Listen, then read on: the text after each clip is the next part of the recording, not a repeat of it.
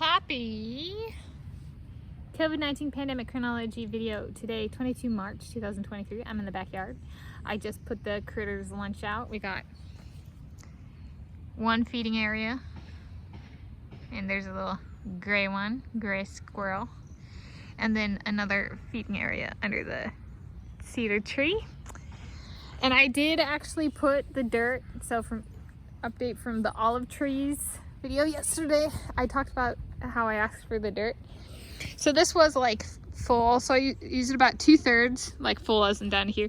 I used about 2/3 of the dirt, and I put the dirt under the bench. I can walk over and show you. I'll go peanuts. So here's area where I didn't add dirt. I added dirt here. So the lighter colored soil on top of this, that's new.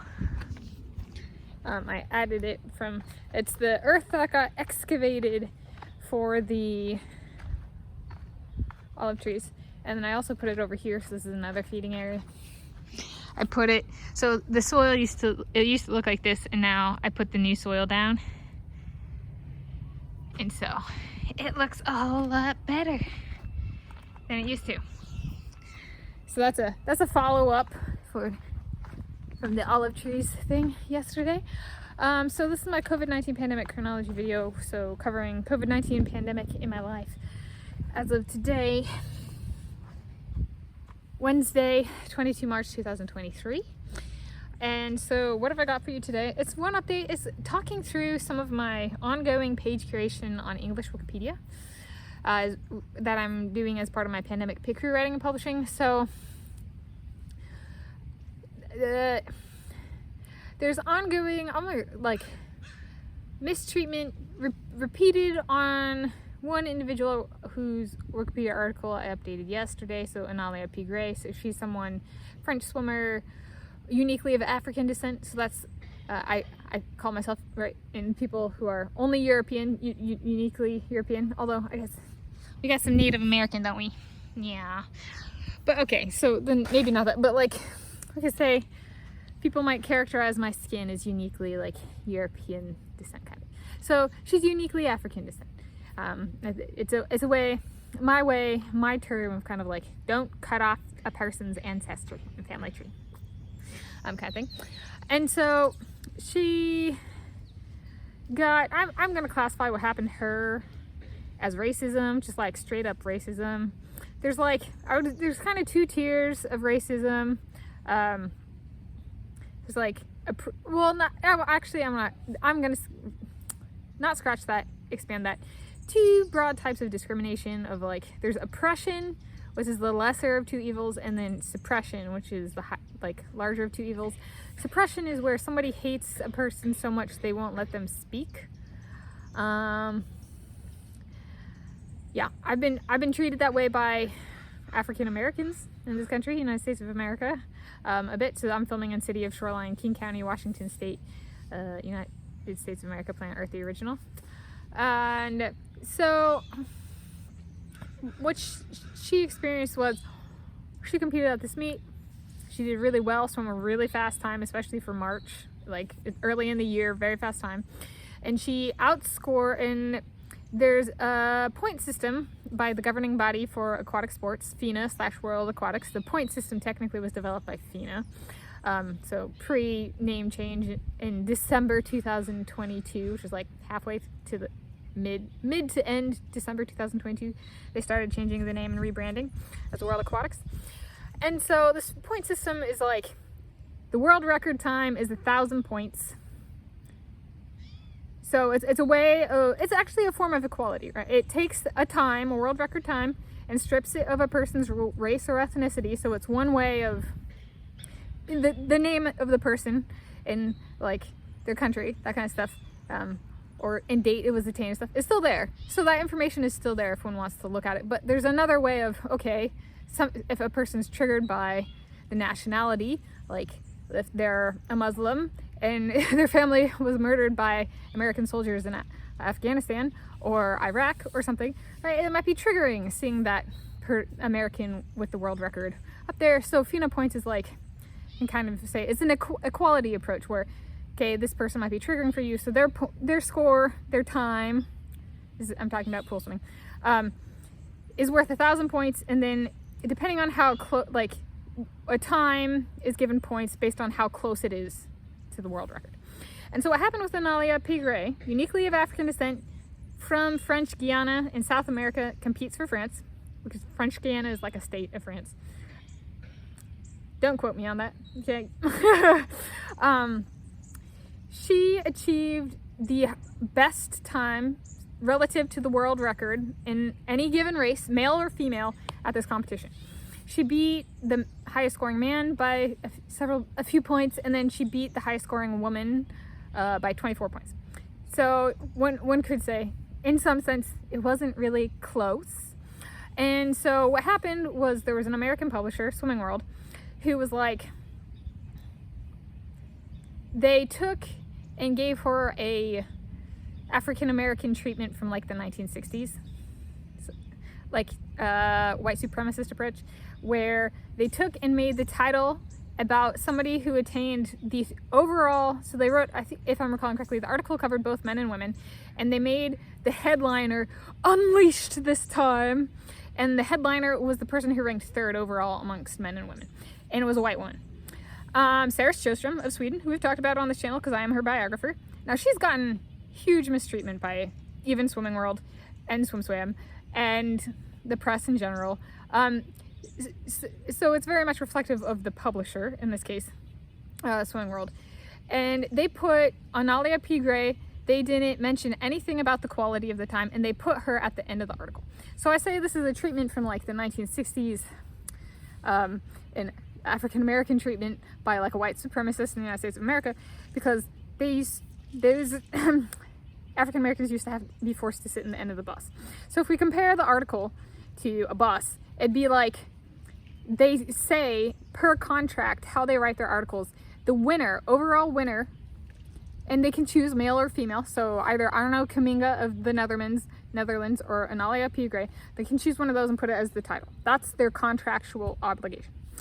Okay, and what happened was Analia Pigray won by 24 points, so not really close, and they chose a white person, like true white, like born and raised and of European descent, true white, and put it on the top of the article. And as her biographer, I know she was not happy about that. Right? Let's paint reality as what actually happened. It does nothing for her career, nor Arno Kaminga, nor Analia Pigray, when reality and what actually happened, based like actual results, are not reported correctly. What makes it racist is they put Analia Pigray at the end of the article. Okay, they said nothing about the quality of the time. If it was a bus, if the article is a bus, they painted white supremacist on the side of the bus, and then they were like, Analia Pigray sit at the back of the bus. So what I did, I saw this and I was like, dang, that's racism. And I want to put this on her article, right? Because it's a good time. How do I do that? And fortunately, somebody got it right. Nuoto.com, Nuoto is Italian for swimming, so it's Italian language. They actually reported it correctly, and they reported the truth. And they even put the rankings, so you can go to the article I put on, as a reference on the article for Analia Pigray, if it's still there, if Swimming World hasn't paid somebody to remove it. And it shows that Analia Pigray is number one by 24 points. And so, like, essentially, there's racism. It was racism, and I combated the racism by being like, I'm not including that article, period. The one that was racist. No, we don't like that. And instead chose the article that got it right. So that's Italian language. I don't know if it's based in Italy or not. I have not been to Nuoto.com headquarters, so to speak. And so putting the right reference, the one that got it right, in putting the context of she was number one, to combat racism, there's a restorative justice component that's needed. So I can put on there that she won the medal and she was number one overall. However, because this racist article by Swimming World was published, there needs to be an additional step by me to to neutralize the racism that they published. So to do that, what I did is I put the second ranking time amongst women. Right? I've been like, let's not go. Let's just focus on she's a female, right? If she sets a world record in a race, it's for the women's, 50-meter backstroke, which is what she was doing. And so I put the second fastest time. The spread, she was 24 points ahead of Sarah Strosom in the 50-meter butterfly. All right. I didn't say she crushed it, even though she did. Right?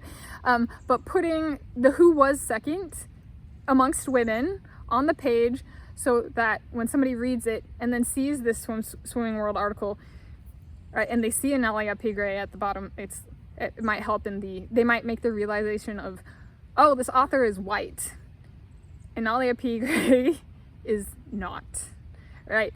This is racism, and we should read this other reference, nuoto.com, that got it right. Which one could nitpick and be like, they put her below the men and she should have been above the men because she was better, or her time scored more points than the high scoring men.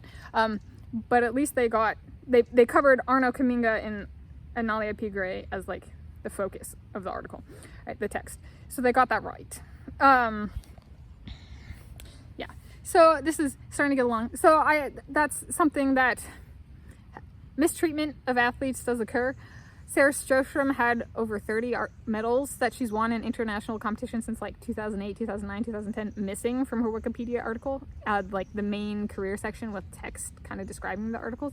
So right, it's a 15 years of accumulation damage.